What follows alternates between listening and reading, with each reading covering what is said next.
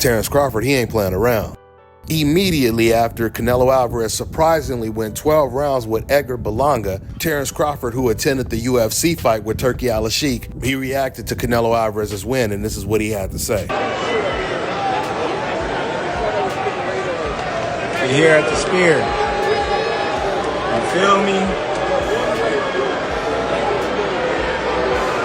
Hey man, this thing nice in here. Yo, Turkey. Tell the fans what we doing next. We want the nachos. Tell them we going for Canelo next. Yes. Let's go. Canelo, come on. You heard it from him. We are ready. Yeah. Just put me in the game, coach. Just put me in the game. Canelo Crawford, the biggest fight in boxing. Gotta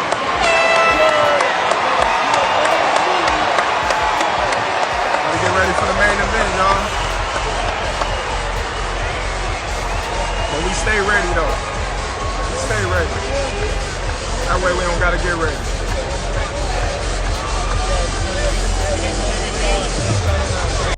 Man, I got a feeling with Terence Crawford's confidence and the way Canelo looked against Edgar Berlanga, this is going to scare a lot of Canelo Alvarez fans. And I believe in my comment section, I'm going to see a lot of y'all saying y'all don't want to see that fight for obvious reasons. Now, here's the thing. We know Canelo is not going to fight David Benavidez. Matter of fact, David Benavidez, he just recently came out and said he doesn't even want the Canelo Alvarez fight anymore. He's just going to stay at 175 and try to get the winner of Bivol versus Beterbiev, which leaves Canelo Alvarez with only two options. Either he's going to continue doing these exhibition bouts with lesser opposition like Edgar Berlanga and John Ryder and Munguia, or he's going to accept a super fight with Terence Crawford. The only thing that makes this an even fight is the fact that Terence Crawford has to move up 2-3 weight classes. Because if they were naturally the same weight, this would be considered a cherry pick for Terence Crawford to even consider fighting Canelo. And even Canelo Alvarez knows that. In fact, if they were naturally the same weight class, we know that Canelo would never even come close to fighting a Terence Crawford. Just like he didn't want to fight Andrade and Charlo at 160 or 154. And those fighters are nowhere near the level of a Terence Crawford. Did you guys see how easy Edgar Berlanga was hitting Canelo Alvarez? Man, I didn't expect that at all. I expected Berlanga to be throwing these wild-ass winging shots, making Canelo Alvarez look like he has a better defense than he does. But that wasn't the case. Edgar Berlanga, he was able to land his favorite punch, his right hand. I remember in one sequence, he landed 3 right hands in a row. You guys remember when Canelo knocked down Edgar Berlanga in the 3rd round with a left hook?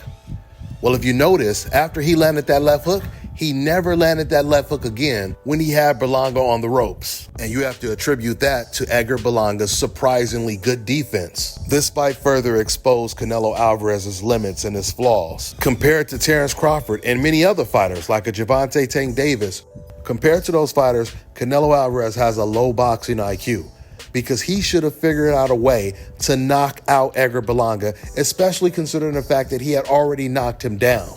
Terence Crawford would have figured out a way to knock him out. And once again, it's not just Crawford. I'm even talking about a Crawford, a Gervonta, even a Naoya Inoue.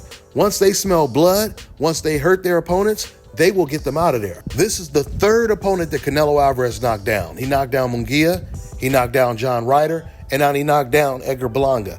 And still could not figure out the puzzle, which is why I feel now, even though Canelo Alvarez, he's going to be very dangerous against Terence Crawford, and he's always going to have a serious puncher's chance, I still see Terence Crawford outboxing Canelo easily. Canelo would be much more easier for Terence Crawford to outbox than it was for him to outbox Madrimov, because Madrimov has a higher boxing IQ than Canelo. There's no doubt in my mind that Crawford, he carried his power to 154. Matter of fact, Madrimov, he actually confirmed that Terence Crawford carried his power to 154.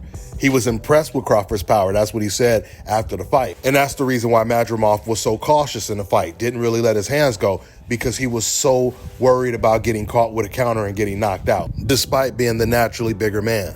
There's a reason why Canelo has fought so many small fighters like Jermell Charlo, Miguel Cotto, Amir Khan, Josito Lopez. And now when it comes to Terence Crawford, he's saying, oh, I don't know about that fight. You're going to have to give me a whole lot of money to make me fight that guy. And that's because Canelo Alvarez would pay money to have the type of skills that Terence Crawford has. Canelo, he looks up to Crawford just like a lot of the fighters on the pound-for-pound list do. Remember, Usyk is one of the many fighters that predicts that Crawford would actually beat Canelo. And Naoya Inoue, he just came out and recently praised Terence Crawford, talked about how impressed he was with Terence Crawford's skill set and how good he looked against Errol Spence. And understand this, Inoue, he was doing an interview, and when he praised Terence Crawford, he wasn't even asked a question about Terence Crawford. He just threw that in, and he's never praised Canelo Alvarez that way.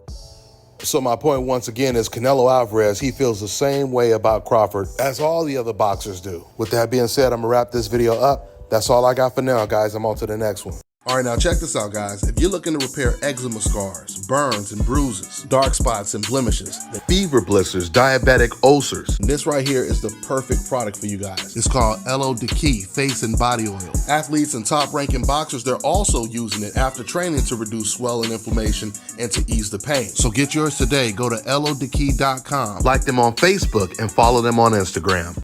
Let me tell you guys about Issa Israel Law Firm. It is a full-service legal practice based in Denver, Colorado, an emerging hub for combat sports and high-altitude training. If you're a fighter inside or outside of the ring and you need a law firm you can trust to fight for you, visit thefighterfirm.com or email help@iilawfirm.com. Legal representation is usually limited to plaintiffs or defendants in Colorado, but iFirm can help anyone in the world with trademarking their business name, logos, and U.S. immigration issues. This brother has been my attorney for a while and helped guide me through all kinds of business and civil issues, so make sure you guys go to thefighterfirm.com.